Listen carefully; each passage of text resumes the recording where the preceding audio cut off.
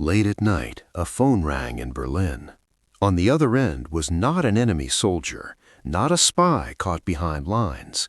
It was a German voice, calm, official. What was said during that call did not cause an explosion. No city burned that night. No shots were fired. But from that moment on, Germany was already losing the war. This was the call that exposed a secret Germany could never hide again, and once it was exposed, there was no way back. By the early years of World War II, Germany believed it had mastered modern warfare. Its armies moved fast, its air force struck hard, its leadership trusted technology more than instinct. At the center of that trust was communication. Germany used encrypted radio and telephone messages to control armies spread across Europe. Every order, every supply update, every naval movement passed through coded signals. The system behind those signals was called Enigma. Enigma was not just a machine, it was a belief. German commanders believed it was impossible to break. The machine worked by scrambling letters through rotating wheels. Each day the settings changed.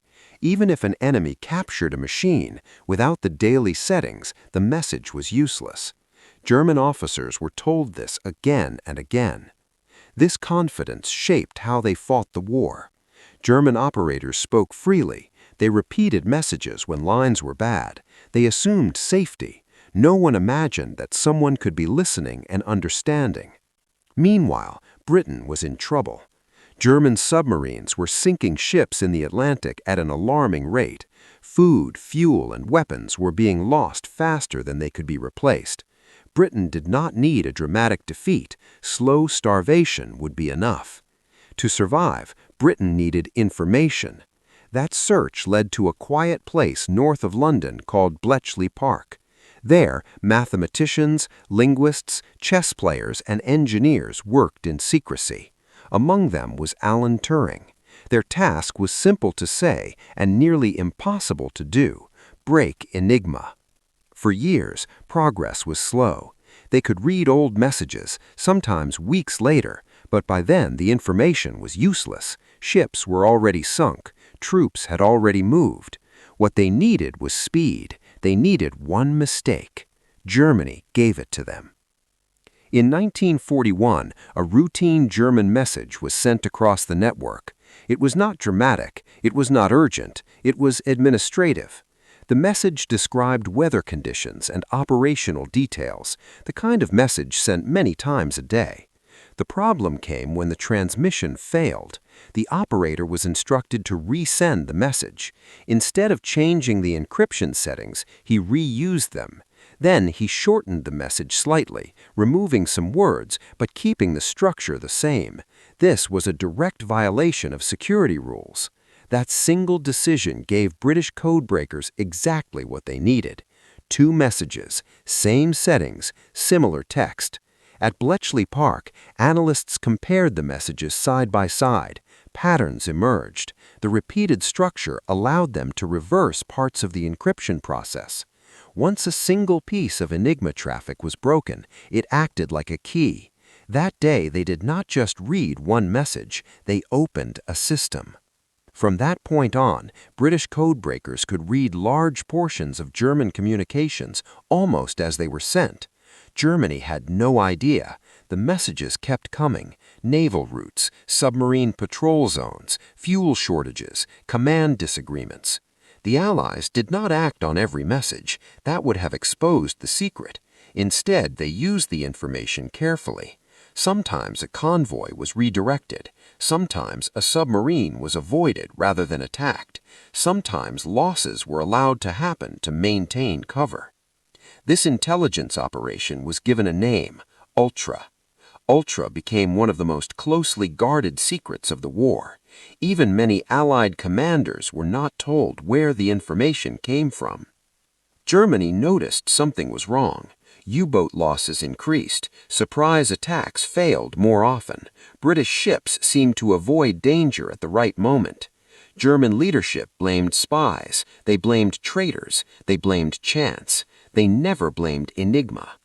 The phone call was forgotten by the man who made it, but its consequences spread across oceans. By late 1941, the Battle of the Atlantic began to turn. Britain started receiving more supplies. The threat of starvation eased. This shift allowed the United States, after entering the war, to move men and equipment safely across the sea. Without that, nothing else could have followed. No North Africa campaign, no Italy, no Normandy. Germany did not lose a battle that day. Germany lost its secrecy. And once that was gone, the war's outcome began to change. After the Enigma breakthrough, the nature of the war quietly changed. Germany still had strong armies, its factories still produced weapons, its soldiers still fought with discipline, but something essential was missing: privacy. Every major German decision now passed through Allied hands before it reached the battlefield. The most critical impact appeared at sea. The Atlantic Ocean was the lifeline of the Allied war effort. Ships carried food, fuel, vehicles, and troops from North America to Britain. German U-boats were designed to cut that lifeline. Before ultra-intelligence, convoys sailed almost blindly. They relied on guesswork and limited patrols. Losses were heavy and constant. But after Ultra, the Allies knew where the submarines were waiting. They could reroute convoys around danger zones. They could time sailings to avoid patrol patterns. They could concentrate escorts where attacks were most likely. The change was slow but steady. German submarine commanders reported fewer successful attacks. They noticed convoys slipping away. They felt hunted instead of hunting. Still, Germany did not suspect Enigma was broken. The system was too trusted, too tested, too central to admit failure. Instead, German leadership blamed commanders for poor tactics. New rules were issued, new equipment was introduced, but the core problem remained untouched. On land, the same pattern repeated. In North Africa, German General Erwin Rommel earned a reputation for speed and surprise, but Allied forces often seemed ready for him. They knew when fuel was low. They knew when reinforcements were delayed. They knew when attacks were planned. Rommel himself began to suspect information leaks, but even he did not imagine his radio messages were being read. Ultra-intelligence helped the Allies choose when to fight and when to wait. Battles were shaped before they began. This did not mean Germany lost every engagement, but it meant Germany could no longer surprise its enemy. In war, surprise saves lives and wins ground. Without it, even strong armies bleed slowly. By 1942, Germany was no longer dictating events, it was reacting. That shift did not appear in newspapers, it did not appear in speeches, but it shaped every campaign that followed. As the war continued, ultra-intelligence grew more powerful. Bletchley Park expanded, more machines were built, more staff were trained, messages were decrypted faster and in greater volume. But success created a new danger. If Germany realized Enigma was broken, everything would be lost. So the Allies had to act carefully. They couldn't stop every attack. They couldn't save every ship. They couldn't appear too prepared.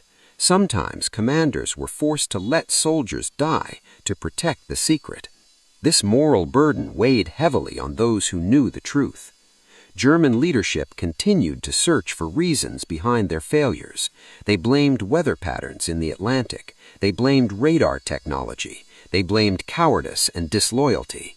Security checks were tightened.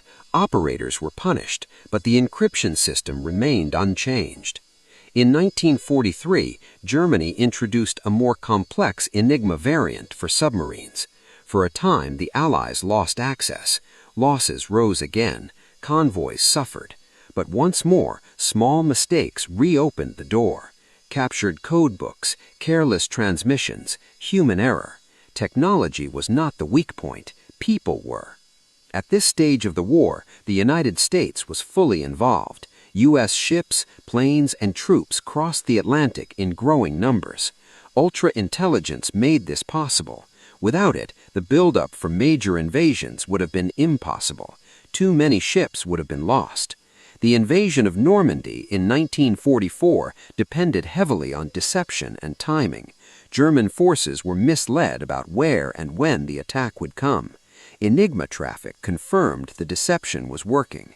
German commanders waited in the wrong place. They moved too late. Even then, Germany fought hard, but the strategic balance was gone. Every major German movement was anticipated. Every delay was exploited. The phone call from years earlier still echoed.